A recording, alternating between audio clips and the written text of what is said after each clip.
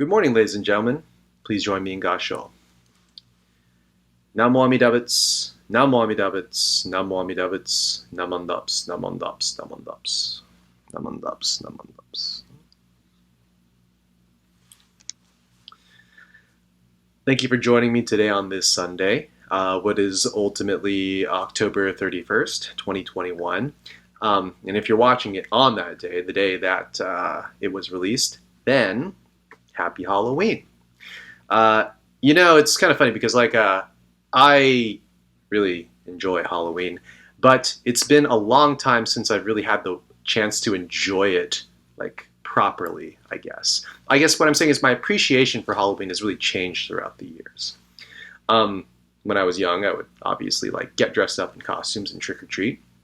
And when I was in high school and when I was in college, I would go to parties and get dressed up in costumes and that sort of thing.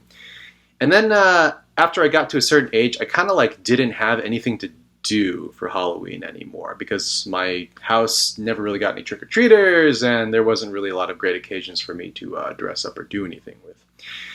But recently, after having a child, my interest in the season has really perked up again because now I get to kind of vicariously live through my kid, which is kind of cool. And this year she is a Snorlax, a Pokemon, which is pretty fun. But I'm really appreciating the opportunity to kind of pick it up again, even if it's from the back seat, so to speak. But I really like Halloween, and I always think about Halloween. I think Halloween, in a lot of ways, is like an opportunity to kind of let your inhibitions go, to kind of let your inner self get out there a little bit. Like I said, when I was younger, I used to always dress up and those sorts of things, and I would dress up as a lot of different stuff when I was a kid. I was usually a monster or a dinosaur, and sometimes I would be Ultraman, or I was Indiana Jones one time, and I would sometimes wear those costumes throughout the entire year, not just on Halloween night, because it's fun to dress up. It's fun to let that side of yourself out every once in a while. And again, who doesn't like the opportunity to embody something else for a short period of time? And it's more than that. It's kind of sometimes we keep the other parts of our personality kind of bottled up, kind of buttoned down. And Halloween is that real opportunity to let that side shine for a single evening and not really be judged like you would in a classroom or an office or something like that. But make no mistake, I think that it's important for us to recognize that that is part of who we are fundamentally as human beings. That part of our identity, our personality, it exists. It is real. It's just not always appropriate for every wake of life.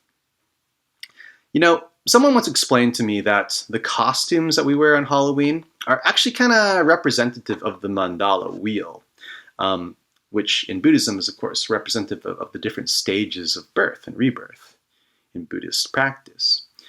So in the Buddhist teaching of mandala, the cycles of rebirth are broken down into 6 different realms. There's the realm of the hungry ghosts, there's the Asura warriors, the jealous gods, then of course there's things like animals and humans, and of course the realm of hell.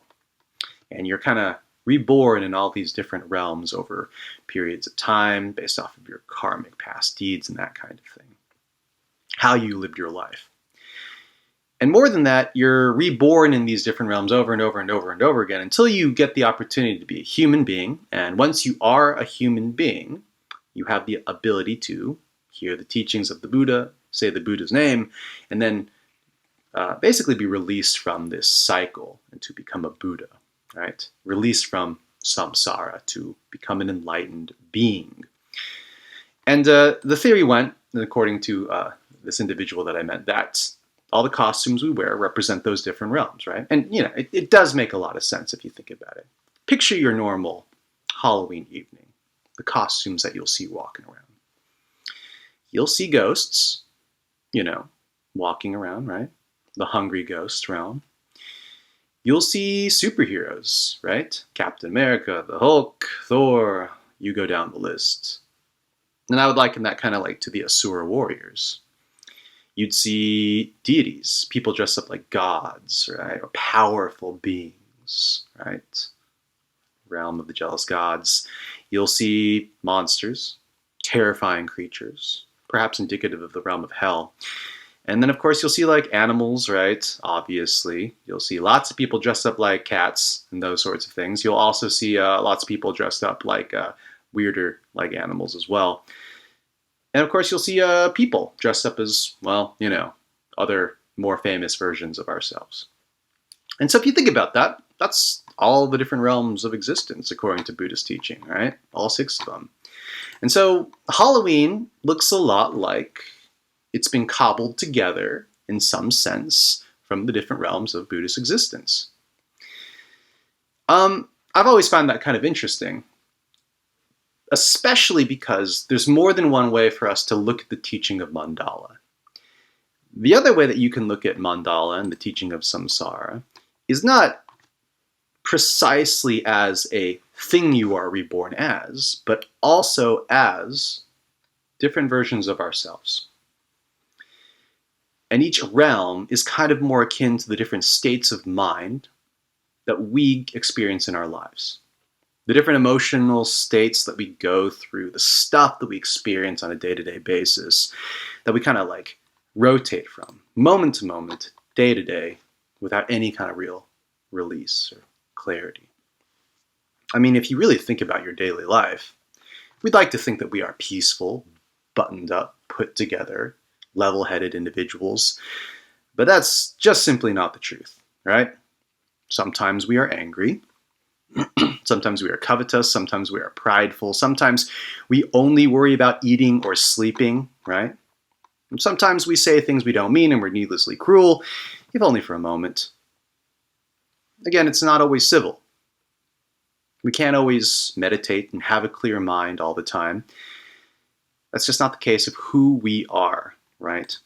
I mean, anybody who's been cut off in traffic needlessly or sat through like a 3 or 4 hour work meeting or had to throw in a little bit of extra time at the end of a Friday, they understand what I'm talking about. And so if you think about Halloween and you look at all those different costumes, you can't help but think that you're kind of looking at not just the realms of hell, but what it is to be a human being. All those different costumes, all those are kind of like the repressed experiences of who we are and our desires and our wants, all of us. That's our own minds that we're kind of looking at, all scattered out across the night, right? We are each one of those things at a different point of time, not only in our lives, but in our day-to-day. The ghosts we see running around, that's our insatiable desire for more, our inability to be satisfied, and our need to just go after the thing that we think will make us happy again and again and again and again, always looking forward to the next thing, never content.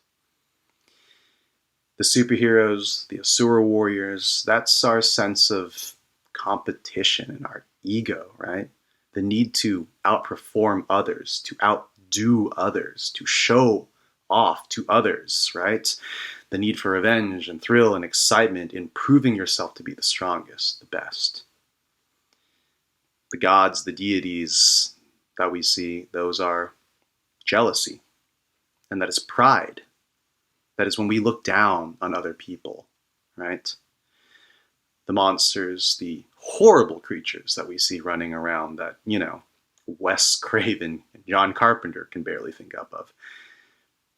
That is the cruelty that exists in each and every one of us from time to time. The needlessly terrible things that we think and say, right? Again, best contextualized literally as hell. The animals we see, that's us at our simplest, our basest, when we only want our most animalistic urges met. And of course, all these are people, right? And we are people. And what you, of course, are really seeing is exactly that, right? What we human beings are like deep, deep down. Our minds are scattered, as scattered as the costumes on Halloween night. And we are every one of these things every single day, flittering from one mindset to the next, from one moment to the next moment, in all its chaos, completely out of control. And you know what? It's okay. In the Buddhist tradition, that is okay. That's not something to be ashamed of. Because the core of Jodo Shinshu tells us that the Buddha, above all else, is compassionate. And the Buddha, above all else, is kind, right? And that even ourselves and all of our fallibilities are accepted for who we are. And we need to accept those qualities about ourselves. We need to accept our deficiencies and trying not only to just, be clear-minded and be good people all the time, but our deficiencies in trying to become better people, like enlightened beings, in trying to be perfect human beings. We just can't do that. We can't be perfect as much as we might try to be. And when we embrace this reality, the idea that we can't be perfect, that we can't be enlightened on our own, we realize that we have to trust the Buddha to help us along the way, right? We have to realize that we can't keep the right perspective, we can't say the right thing all the time, and we can't put in the perfect effort every single moment of the day. And therefore, we turn to the Buddha with gratitude, because the Buddha is always willing to help us through his compassion and his wisdom.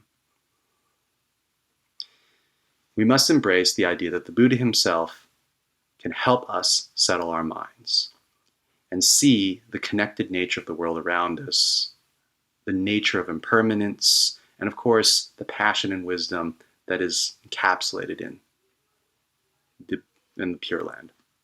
And as Halloween evening comes to an end and, everyone in costume scatters, and whether you go home, whether you fall into bed, whether you eat too much candy and wake up with an enormous headache, whether you pick yourself up off the floor of a party and ask yourself what happened last night, it's an opportunity to reflect on not only just who you are and how you act and how you acted, but, all the silly mistakes that you make, that we often make, especially on a night that asks us to make those exact silly mistakes. And you're not really ashamed of any of that sort of stuff, right? It's just an acknowledgement that we're people, and this is the human condition that we exist with, and that sometimes we need a little bit of help. And the good news is that in the form of the Buddha's compassion and wisdom, that help is always there for us whenever we need it. And oftentimes it's at the end of an evening like Halloween. It's not that night, but the morning after, when the light scatters away the darkness, that you can best find the humility and the reflection you need to truly appreciate how incredibly compassionate, how incredibly kind, and how incredibly limitless that help really is. Thank you for listening. Happy Halloween. Please join me in Gasho. Namo Amidabits, Namo Amidabits, Namo Amidabits, Namandaps, Namandaps, Namandaps.